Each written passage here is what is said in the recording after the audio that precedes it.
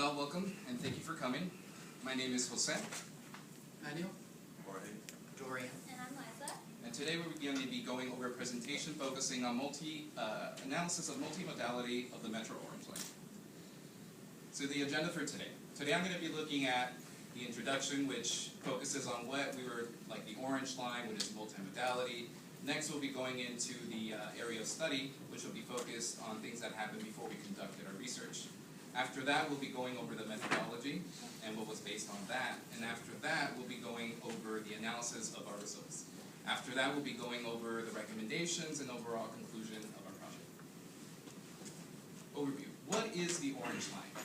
The Orange Line, as we know, is a metro transitway system that is operated in the San Fernando Valley. It is replicated closely to a light rail, but not really, but it's less expensive. Now, our hypothesis states this. Does the current infrastructure or transportation infrastructure of the San Fernando Valley promote multimodality of the Orange Line and all of its stations? What is multimodality? Multimodality states this.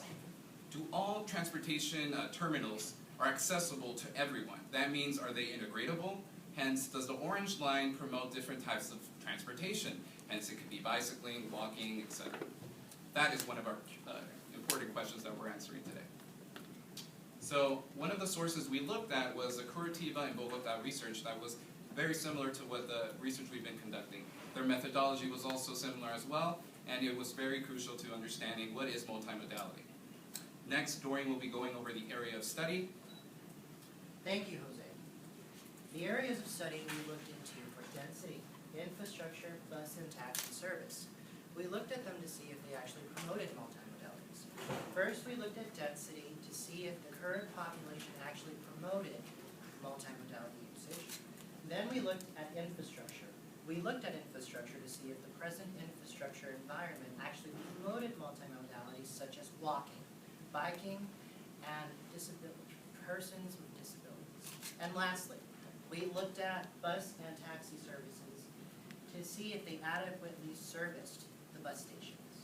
Now, I am going to introduce Manuel, who will be talking about the methodologies. Thank you, Dorian. Okay, so what we did, we conducted a survey of each station with a 100-meter radius per station.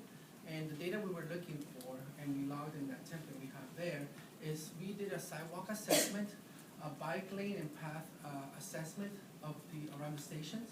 We also did a parking for autos and bicycles to see if there was any parking, whether there was and how much of it there was. And lastly, we did an assessment on taxi and park and ride locations, if there was an actual drop-off or in pickup areas. And when assessing the sidewalks, we created our own rating scale, which is from 1 to 5, 1 being the lowest and 5 the highest. A grade of 1 would be a sidewalk. They would have actually no cement, just dirt, really hard to walk on, maybe some holes. So that would be considered a 1. A 2 would be a paved sidewalk that's intersected by grass or dirt or any type of large impediments, cracks in the floor. 3 would be a fully paved sidewalk, also with cracks and some levels that are raised by tree roots. Second to last is number 4, which is a perfect sidewalk, well paved, no cracks, nothing being raised. However, it is missing the ADA compliant wheelchair ramps.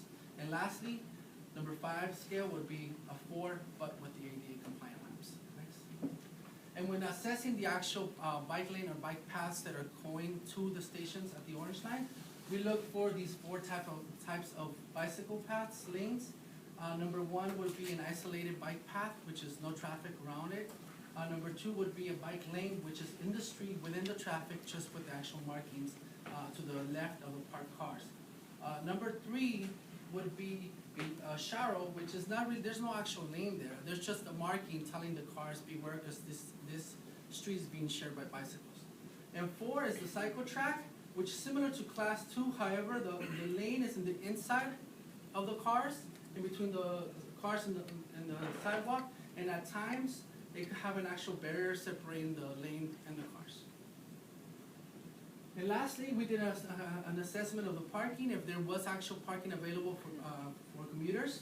and also parking for bikes, and there was drop-offs for taxi and for kiss and ride. Now Liza's going to go ahead and talk to you about our results and the analysis. Through our results, I was able to create maps to convey our data. As Manuel mentioned before, we created a grading scale 1 through 5 to rate our sidewalks. Overall, the sidewalks achieved a 3.64. The two highest were Warner Center and Sepulveda, and the blue circles achieving a 4.5 rating or higher. And DeSoto, Woodman, and Valley in the red circles achieved a 2.8 or below rating. A Class 1 bike path runs parallel through the orange line, except when going from Canoga to Warner Center, and then again Valley College to North Hollywood, it does turn into a Class 2 bike lane. Class 2 bike lanes also intersect each intersection. Next. Looking at parking availability, we observed that more than half the stations did not have parking availability. However, this does discourage drivers from going to stations. We did notice that there was bike parking available at each station. Next. Looking at bus and rail connectivity, there was a bus connection going to metro stations for all stations. The two highest were Chatsworth and North Hollywood, having the highest connectivity, but also having rail service. However, the more than half the stations did only have one connection going to the station, which does tear away from people using that. Next. Taxi and kiss and ride is also important to look at. The large circles represent areas where cars and taxis can drop off people. However, we did notice Chatsworth and North Hollywood were the only stations with designated signs saying you could drop off with the green marking. Next. Looking at total population around stations, more than half the stations were not located next to high-density areas. And this is important in our study because we noticed that most of the density is higher up in the areas, and we want to more focus that towards getting more density around the stations. Next. Now, Jorge will talk to you about recommendations for our study. Thank you, Liza. Our recommendations for the Orange Line are in order to make it more multimodal. Our first recommendation is transit-oriented developments, also known as TODs. TODs help people utilize different modes of transportation, such as walking, bicycling, and famously known in Southern California, skateboarding. Next, please.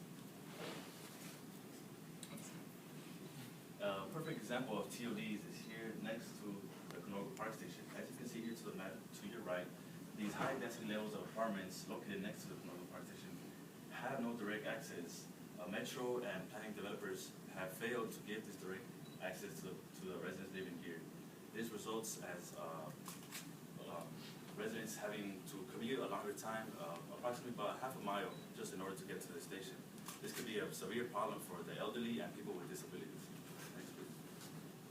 Our second recommendation are road diets. Road diets enable and control traffic speeds. One example we found in our study was a man cycling at the Willie station, which he stated that he had been hit before twice while cycling on the provided bike lanes. So now he cycles on the sidewalks because he feels more safe. Next, please. Our third and final recommendation are complete streets. Complete streets are enabled and operated by all different types of users, such as pedestrians, bicyclists, motorists, and transit riders. As you can see here, bike lanes are adequately put in place, sidewalks are widely extended to the street in order for all different types of modes to have safe accessibility. And Jose will now be concluding our presentation.